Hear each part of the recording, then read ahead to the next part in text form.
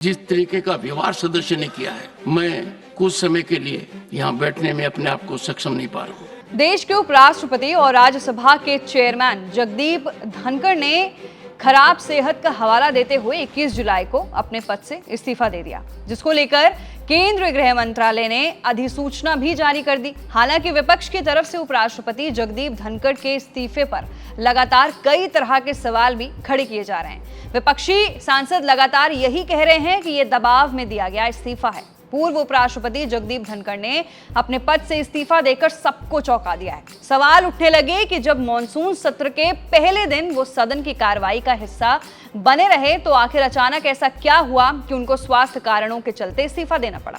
हालांकि जगदीप धनखड़ ने अपने इस्तीफे में साफ तौर पर इस बात का जिक्र किया है कि वो खराब सेहत और स्वास्थ्य के कारण अपने पद से इस्तीफा दे रहे हैं। विपक्ष सवाल खड़े कर रहा है कि अगर जगदीप धनखड़ को इस्तीफा ही देना था, वो भी खराब सेहत के कारण, तो फिर उन्होंने सत्र की शुरुआत से पहले क्यों नहीं दे दिया?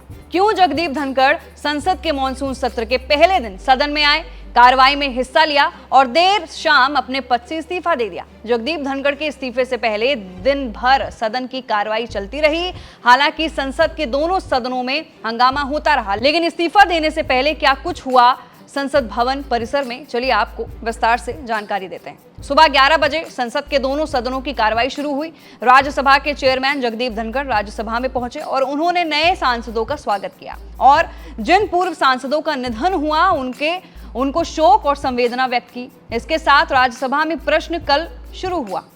हालांकि प्रश्नकाल के दौरान भी लगातार विपक्ष के सांसद ऑपरेशन सिंदूर और बिहार में मतदाता सूची सत्यापन प्रक्रिया को लेकर लगातार नारेबाजी कर रहे थे। हंगामे के बीच प्रश्नकाल पूरा हुआ और उसके बाद जगदीप धनखड़ अपनी सीट से उठकर चले गए। इस बीच जानकारी सामने आई कि दोपहर 1 बजे राज्यसभा की बिजनेस एडवाइजरी कमेटी की बैठक होनी है। बिजनेस एडवाइजरी कमेटी की बैठक में पूरे हफ्ते किस तरह से सदन की कार्रवाई चलेगी और किन मुद्दों पर चर्चा होगी और सरकार का एजेंडा क्या है, उस बारे में जानकारी दी जाती है और चर्चा होती है। दोपहर 1 बजे बिजनेस एडवाइजरी कमेटी यानी BAC की बैठक शुरू हुई। बैठक में सरकार की तरफ से JP नड्डा, किरेन रिजिजू मौजूद थे। वहीं तमाम अन्य दलों के वरिष्ठ नेता भी इस बैठक में मौजूद थे। विपक्ष लगातार मांग कर रहा था कि ऑपरेशन सिंदूर पर चर्चा तभी हो जब प्रधानमंत्री सदन में हो। प्रधानमंत्री को देश के सामने ऑपरेशन सिंदूर के बारे में तस्वीर साफ करनी चाहिए। साथ ये भी बताना चाहिए कि आखिर अमेरिकी राष्ट्रपति ट्रंप जो भारत पाकिस्तान के बीच युद्ध रुकवाने का दावा कर रहे हैं, उनकी सच्चाई क्या है। लेकिन 1 बजे शुरू हुई BAC की बैठक में सहमति नहीं बनी, जिसके बाद चेयरमैन जगदीप धनखड़ ने शाम 4:30 बजे एक बार फिर से BAC की बैठक बुलाई। इसी बीच सरकार की तरफ से जस्टिस यशवंत शर्मा के खिलाफ महाभियोग का प्रस्ताव, जिस पर विपक्षी सांसदों के भी हस्तक्षेप थे, लोकसभा स्पीकर को दे दिया गया और इसकी आधिकारिक जानकारी भी सामने आ गई। वहीं कुछ देर बाद विपक्ष की तरफ से भी 63 सांसदों के हस्ताक्षर वाला एक महाभियोग प्रस्ताव का नोटिस राज्यसभा में दिया गया। यानी जस्टिस यशवंत वर्मा के खिलाफ महाभियोग प्रस्ताव का जो नोटिस था वो एक तरफ लोकसभा में पहुंच चुका था तो दूसरी तरफ राज्यसभा में भी विपक्ष की ओर से भी दिया जा चुका था।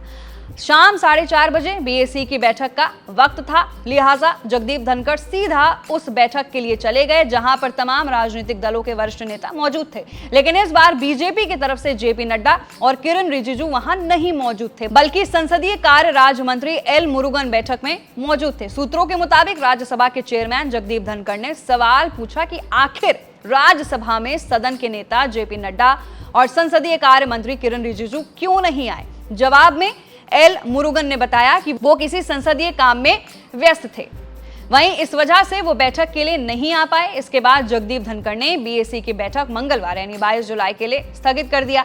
रक्षा मंत्री राजनाथ सिंह के कमरे में जो बैठक चल रही थी, इसी दौरान BJP ने अपने तमाम राज्यसभा सांसदों को हस्ताक्षर करने के लिए बुलाया है। राज्यसभा में सत्ता पक्ष से जुड़े हुए तमाम सांसद एक एक कर रक्षा मंत्री राजनाथ सिंह के कमरे में पहुंचे और उन्होंने एक कागज पर हस्ताक्षर किए।